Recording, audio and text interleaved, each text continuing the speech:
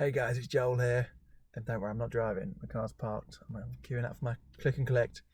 Um, I don't know if you've got any friends who you just think, I can't ever imagine them becoming a Christian. And I've got a few friends like that. But in the passage today, in Acts chapter 9, we meet a guy called Saul. And there couldn't be a worse contender to be a Christian than this guy Saul. He actually persecuted Christians. We're told back in Acts 7 that he was there when Stephen was martyred for his faith. And then at this point where we meet him, he's actually travelling round to find Christians to persecute people who are following Jesus. That's what he's doing. He's on this road to Damascus to go and persecute Christians. But it's while he's on that road, he has an encounter with Jesus. And that changes everything. And I'm so encouraged that actually you can't convince people to become Christians. Like, logic goes so far, but then people have got to take a step of faith. But it's when people encounter Jesus that something shifts.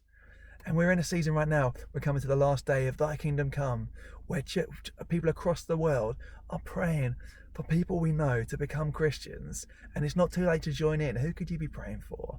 Because I can tell you people I know who are unlikely.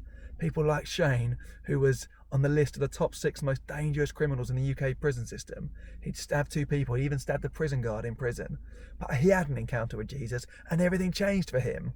Or I could tell you about my friend Paul, who after having a tricky start in life, he was in the army and he did well professionally, but personally he was all over the place. A couple of divorces, he had all sorts of things going on. He was estranged from his son. But he had an encounter with Jesus and things shifted for him. Or my friend Catherine, who worked for big brands around the world, and she was so successful. She had everything in many ways, but she had an encounter with Jesus and everything changed for her.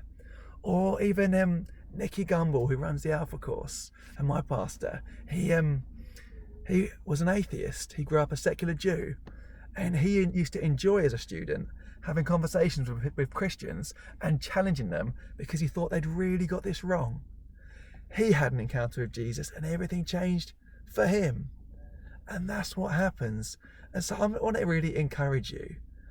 Let's be praying for our friends and families, not because we want notches on our sort of stick, but because people need the love, the joy, the hope, the salvation, the peace that knowing Jesus brings. So I want to encourage you. Who are you praying for at the moment? Who are your 5 people? Let's get praying that people we know and love have encounters with Jesus that change their lives forever.